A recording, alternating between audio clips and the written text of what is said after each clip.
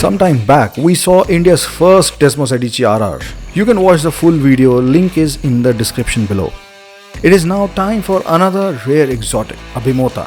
But like the Desmo, this is also meant for a museum and not to be ridden. Well, here we go. After the Desmos Edici RR, what do you think this one is? Let me tell you, this is also related to the Ducati family in a way. So without further ado, let me actually take off this wheel. And we have the Bimota DB6 delirio here, which is one of the most radical naked motorcycles you can buy or you could buy. So Bimota is like another Italian marquee, and of course three people actually came together, including Massimo Tamburini, who actually was responsible for designing the MV Agusta F4RR and the 996 or the 916. I'm just overwhelmed with these motorcycles right now in front of me. So this is probably the second time or third time it's going to kiss here, or the first time it's going to kiss the hallowed earth of BIC.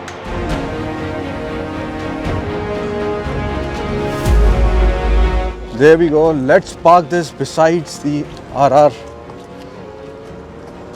So the hyper-motard engine in here, but let me tell you more about this over there.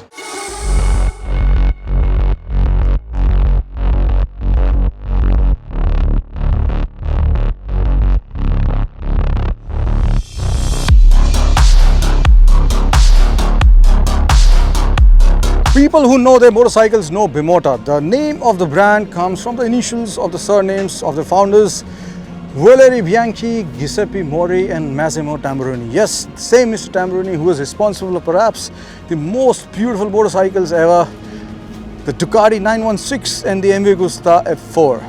Well, I'm standing with a Ducati Street Fighter V4S because right now I'm at the Bud International Circuit, and along with this Street Fighter I have one more, which is the Bimota DB6R here.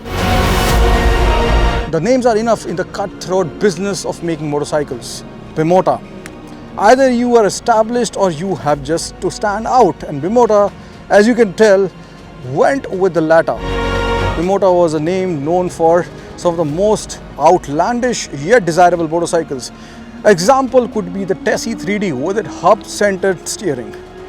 Well, today though we are here with something else, conventional and yet just as outlandish, the DB6R.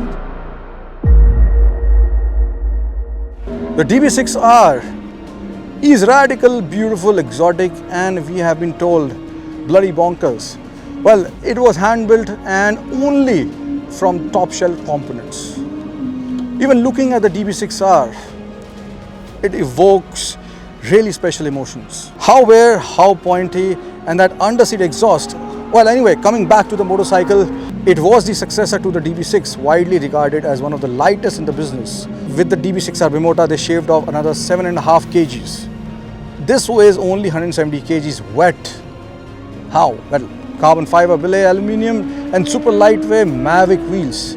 The DB6R is powered by a 1078cc air-cooled Ducati V-twin, the same motor, the hyper-motard of those days. With its weight, the 95 horsepower from the engine made sure that it was extremely difficult to keep the front wheel down, both morally and literally. It might not sound a lot, but this bike actually rides quite well. The power to weight ratio of the DB6R had people scratching their heads. Those who rode it were left hapless, and it is still regarded as one of the best nakeds ever. Considering what Bimota was known for, this comes as no surprise. It is motorcycles like these that makes us rue of the loss of some of the most radical motorcycle manufacturers ever, and makes us elated to know that they are probably on their way back. Of course, now that Kawasaki has bought Bimota, they have also come out with the H2, the Bimota H2 Tessie 3D, and that is one hell of a motorcycle. I don't know when I will be able to see that or ride that. Actually, I saw that in EICMA, if I remember correctly. The Bimota designs are not for everyone. It's very custom, it's very different, it's very radical. And if you look at this, the Street Fighter, and you compare the Bimota with it, the Bimota seems a concept motorcycle. It's even more radical than the Street Fighter here. But right now I have two of the world's best street fighters here and I couldn't be happier.